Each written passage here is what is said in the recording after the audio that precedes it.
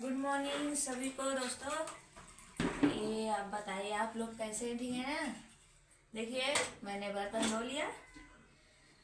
आप चलेंगे अंदर बर्तन लेके, चाय बनाएंगे। जिसको जिसको बाबा के हाथ से चाय पीना है आ जाइए। अभी देखो सब लोग सो रखे हैं, मैंने उठ के सारा काम कर लिया। बर्तन सरिया लेंगे तब चलेंगे अंदर चाय बनाने के लिए। ठीक है, तो हमारा वीडियो आप लोग जरूर देखना। ठीक है दोस्तों, सबको बाय। अरे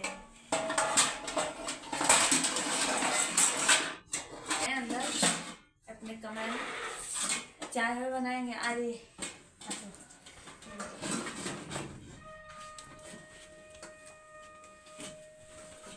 देखिए दोस्तों। अरे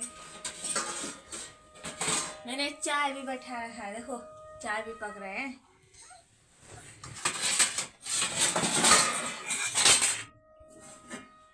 ये चाय है, काली चाय पियेंगे आप लोग, काला चाय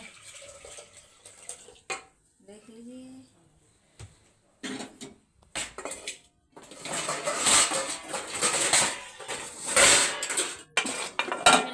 रख दीजिए, बाद में चाय बना लेंगे तब इसके बाद आप लोग को दिखाएंगे जब पियेंगे तब। Sorry, bye.